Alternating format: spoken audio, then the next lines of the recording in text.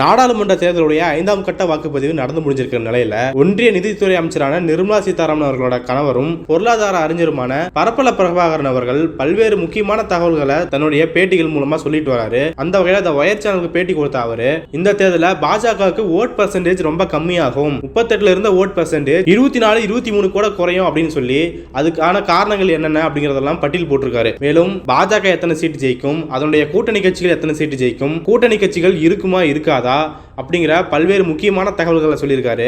அதை பத்தி இந்த வீடியோல பார்க்கலாம். சமீப காலங்களில் இந்திய அரசியல்ல உற்று நோக்கக்கூடிய நபரா பரக்கல பிரபாகர் அவர்கள் இருக்கிறாரு. புதிய இந்தியா என்னும் கோணல் மரம் அப்படிங்கிற ஒரு புக்கை எழுதி பாஜக ஆட்சி முறை, RSS உடைய செயல்பாடுகள் அப்படின்னு ஒரு பெரிய புத்தகத்தையே போட்டு வெளியிட்டு இருக்காரு. மேலும் அதை தாண்டி பல்வேறு நிகழ்ச்சிகளை கலந்துகிட்டு இந்த பாஜக அரசு எப்படி செயல்பட்டது, அது ஐடியாலஜிக்கலா உருவாக்கி இருக்கிற தாக்கம் என்ன, எலெக்ஷன்ல அவங்களுடைய பிளான்லாம் என்னென்ன அப்படின்னு சொல்லி தனக்கு கிடைக்கிற எல்லா மேடைகளிலுமே புட்டு வச்சிட்டு இருக்காரு. அந்த வகையில தான் இந்த பேட்டி அமைஞ்சிருக்கு. அதுல இன்டர்வியூ எடுக்கிற கரண் தாப்பர் அவர்கள் இப்ப வரைக்கும் 4 கட்ட தேர்தல் முடிஞ்சிருக்கு, இதுல பிஜேபி எத்தனை சீட்டு ஜெயிக்கும் அப்படின்னு கேள்வி கேட்கும்போது எடுத்த உடனே 4 கட்ட தேர்தலில் 379 தொகுதிகளில் 270 தொகுதிகளில் அமித்ஷா நாங்க ஜெயிச்சிட்டோம் அப்படின்னு சொல்றாரு. ஆனா இவர் சொல்ற கணக்குப்படி பார்த்தா கிட்டத்தட்ட நடந்து முடிஞ்ச தொகுதிகளில் 72 இருந்து 73% தொகுதியை நாங்க ஜெயிச்சிட்டோம்னு சொல்றாரு. தட் இஸ் இம்பாசிபிள், அது நடக்கவே நடக்காது அப்படின்னு சொல்றாரு. அடுத்து இந்த தேர்தலை பொறுத்த வரைக்கும் என்னுடைய மனநிலை என்னன்னா, எல்லா கட்ட தேர்தல் அதாவது 7 கட்ட தேர்தல் முடிஞ்ச பின்னாடி பாஜக 220 இருந்து 230 தொகுதியில் மட்டும் தான் ஜெயிக்கும், அதுக்கு மட்டும் தான் வாய்ப்பு இருக்கு அப்படின்னு சொல்லி முடிக்கிறாரு. இதை கேட்டுட்டு தான் திரும்பவும் இதை கன்ஃபார்ம் பண்ணிக்கிறதுக்காக கரண் தாப்பர் கேள்வி கேட்கிறாரு.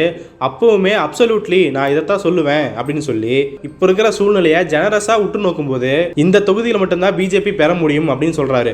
இது கீழே கூட போறதுக்கு வாய்ப்பு இருக்குன்னு சொல்றாரு. சரி, பாஜக எவ்வளவு ஜெயிக்குன்னு சொல்லிட்டீங்க, அவங்க என்டிஏ கூட்டணி ஃபார்ம் பண்ணிருக்காங்களே, அவங்க எவ்வளவு ஜெயிப்பாங்க அப்படின்னு கேட்கும்போது தமிழ்நாட்டை பொறுத்த வரைக்கும் 7 கட்சிகள் கூட்டணி அமைச்சாலுமே அங்க ஒரு சீட் கூட வராதுன்றது பாஜகவுக்கு தெரியும். அப்படி பார்க்கும்போது ஒட்டுமொத்த இந்தியாவிலுமே பாஜக தவிர்த்த என்டிஏ கூட்டணி 35 இருந்து 42 சீட்டுகள் ஜெயிக்க வாய்ப்பு இருக்குன்னு சொல்லியிருக்காரு. அப்போ நீங்க சொல்றதை வச்சு பார்த்தா பிஜேபி அதோட கூட்டணி கட்சிகளா சேர்ந்து 255 இருந்து 265 தொகுதிகள் தான் ஜெயிக்க வாய்ப்பு இருக்குன்னு சொல்றீங்களா அப்படின்னு திருப்பி கேட்கும்போது ஆமா, அதுல எந்த டவுட்டும் கிடையாது அப்படின்னு சொல்லி நான் இங்க ஒரு எச்சரிக்கையை சொல்ல விரும்புறேன் அப்படின்னு சொல்லி ஒரு முக்கியமான விஷயத்தை சொல்றாரு. அதாவது பிஜேபி கூட்டணியில் இருக்கிற எல்லா கட்சிகளுமே ஐடியாலஜிக்கலா எதுவுமே ஸ்ட்ராங் கிடையாது. ஐடியாலஜி வைஸ் நேச்சுரலா பிஜேபி கூட ஒன்றி போற கட்சிகள் எதுவுமே கிடையாது. இந்த கூட்டணி கட்சிகள் எல்லாமே தற்போதைய சூழலை வச்சு மட்டும் தான் கூட்டணி அமைச்சாங்களே தவிர அவங்களுக்கு ஐடியாலஜிக்கல் பேஸ் ஒண்ணு சுத்தமா கிடையாது அப்படின்னு சொல்லி, ஒருவேளை பிஜேபி பெரும்பான்மையா ஜெயிக்கலனா சில கட்சிகள் கூட்டணி விட்டு போறது கூட தயங்க மாட்டாங்க அப்படின்னு சொல்லியிருக்காங்க. இது பிஜேபிக்கு ரொம்ப டேஞ்சரான விஷயம் சொல்லியிருக்காரு. இதை ஒட்டி குறுக்கிட்ட கரண் தாப்பர் அவர்கள் அப்போ என்டிஏ கூட்டணி எல்லாரும் சேர்ந்து மெஜாரிட்டியை ரீச் பண்ற, அதாவது 272க்கு பதிலா 265 தொகுதி ஜெயிச்சிருந்தா கூட கூட்டணி கட்சிகள் இருக்கிறதுக்கு வாய்ப்பு இல்லையா அப்படின்னு கேட்கும்போது பிஜேபி தனிப்பெரும் கட்சியா ஜெயிக்கலனா மத்த கூட்டணி கட்சிகளுக்கு செகண்ட் தாட் வரும், அவங்க கூட்டணியில தொடர விரும்ப மாட்டாங்க அப்படின்னு அடிச்சு சொல்றாரு. அடுத்து பிஜேபி கூட்டணி மெஜாரிட்டிக்கு வராதுன்னு சொல்றீங்களே, இதுக்கான காரணம் என்ன அப்படின்னு கேட்கும்போது நான் பல்வேறு ஊர்களுக்கு போயிருக்கேன், மக்கள் கிட்ட பேசியிருக்கேன், களத்தை பார்த்திருக்கேன், அதன் மூலமா வந்த தகவலை வச்சுதான் நான் இதெல்லாம் சொல்றேன். இதுல முக்கியமான விஷயங்கள் நிறைய இருக்கு. 2014 பிஜேபி ஹிந்துத்துவா கையில எடுக்கல, ஆனா இப்போ 2024 அப்படியே தலைகீழா இருக்கு அப்படின்னு சொல்றாரு. இந்த 2024 பொறுத்த வரைக்கும் ஹிந்து முஸ்லீம் மோடி ஒரு பக்கம் பேசிட்டு இருக்கும்போது இன்னொரு பக்கம் வேலை வாய்ப்பின்மை, வறுமை அப்படின்னு பல விதங்கள் மக்களை பாதிச்சிட்டு இருக்கு. இந்த பிரச்சனைகள் எல்லாமே மக்கள் மத்தியில ஊடுருவி இருக்கு அப்படின்னு சொல்றாரு. 2014 பொறுத்த வரைக்கும் ஊழல் ஒழிப்பு அப்படின்னு சொல்லும்போது பெரும்பான்மையா அதிருப்தியில் இருந்த நகரவாசி மக்கள், மிடில் கிளாஸ் மக்கள், வேலைக்கு போறவங்க, படிச்சவங்க எல்லாமே பிஜேபி ஓட்டு போட்டாங்க.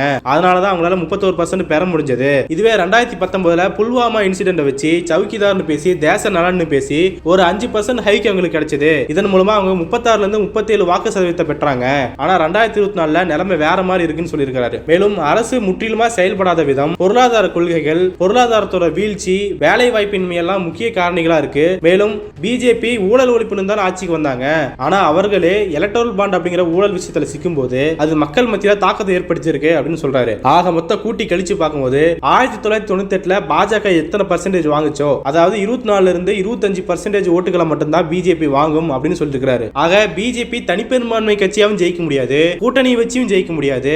அப்படி கூட்டணி வச்சு கூட ஜெயிக்க முடியலனா கூட்டணி கட்சிகள் விலகி போறதால இன்னுமே பிஜேபிக்கு தான் பின்னடைவு ஏற்படும். பாஜக இந்து முஸ்லீம் கையில் எடுத்திருக்காங்க, ஆனா கிரவுண்ட்ல வேற பிரச்சனை இருக்கு. 2014 2019 கை கொடுத்த வியூகங்கள் எதுவுமே இப்ப கை கொடுக்கல, மாறா பிஜேபி மேலதான் குற்றச்சாட்டு அதிகமா வந்திருக்கு. அப்படி பார்க்கும்போது பிஜேபி ஆட்சி இழக்கிறது உறுதி அப்படின்னு சொல்லி தான் பரக்கல பிரபாகர் அவர்கள் சொல்லியிருக்கிறாரு. பிஜேபியை அதன் கூட்டுக்குள்ள இருந்தே கவனிச்சிட்டு வர பரக்கல பிரபாகர் அவர்கள் இத்தகைய வார்த்தைகளை சொல்றதும், பிஜேபியோட ஐடியாலஜியை பத்தி பேசுறதும், அது எப்படி எல்லாம் ஒர்க் ஆகுது, அதை எப்படி பிரேக் பண்றது அப்படின்னு பேசுறதும், இப்போ அவங்க மெஜாரிட்டி இழப்பாங்க, சீட்ஸை இழப்பாங்க அப்படின்னு சொல்றதும் ரொம்ப முக்கியமா பார்க்கப்படுது. மேலும் அதே சமயத்துல பிஜேபி ஒருவேளை ஆட்சியை விட்டு போகணும் அப்படின்னா அவங்க சும்மா போக மாட்டாங்க, அவங்க ஏதாவது கலவரத்தை ஏற்பட முற்படுவாங்க அப்படின்னு சொல்லி இந்த வயர்ல ஒரு டீடைல்டான கட்டுரையை எழுதியிருக்கிறாரு. அவங்க ஆட்சியை விட்டு போனாலும் சிவில் சொசைட்டில ஏற்படுத்தியிருக்கிற தாக்கம், நிர்வாகத்தில் ஏற்படுத்துற தாக்கம் அவ்வளவு சீக்கிரம் போயிடாது அப்படின்னு சொல்றாரு. இதுக்கு முன்னாடியே தன்னுடைய புதிய இந்தியா எனும் கோணல் மரம் புத்தகத்துல பிஜேபி ஆட்சியை விட்டு போனாலும் அது சமூகத்தில் ஏற்படுத்தியிருக்கிற தாக்கம், அதோட வீரியம் குறையறதுக்கு 10-15 வருஷம் கூட ஆகலாம் அப்படின்னு சொல்லியிருந்தாரு. ஆக பிஜேபி சீட்ஸ் இழக்கிறது, மெஜாரிட்டி இழக்கிறது ஒரு பக்கம் இருந்தாலும் அந்த கட்சி ஏற்படுத்தியிருக்கிற தாக்கம் எப்படி இருக்க போகுது அப்படிங்கறத நம்ம உற்று நோக்கக்கூடிய விஷயமா இருக்குது. தேர்தல் ரிசல்ட் நெருங்கிட்டே வருது. இன்னும் 2 கட்ட தேர்தல் மட்டும் தான் இருக்கு. ஆல்மோஸ்ட் இந்தியா தன்னுடைய அடுத்த ஆட்சிக்கு ரெடி ஆயிருச்சு அப்படின்னு தான் சொல்லணும். ஜூன் 4 ரிசல்ட் எப்படி வரப்போகுது அப்படிங்கறதெல்லாம் பொறுத்திருந்து பார்க்கலாம்.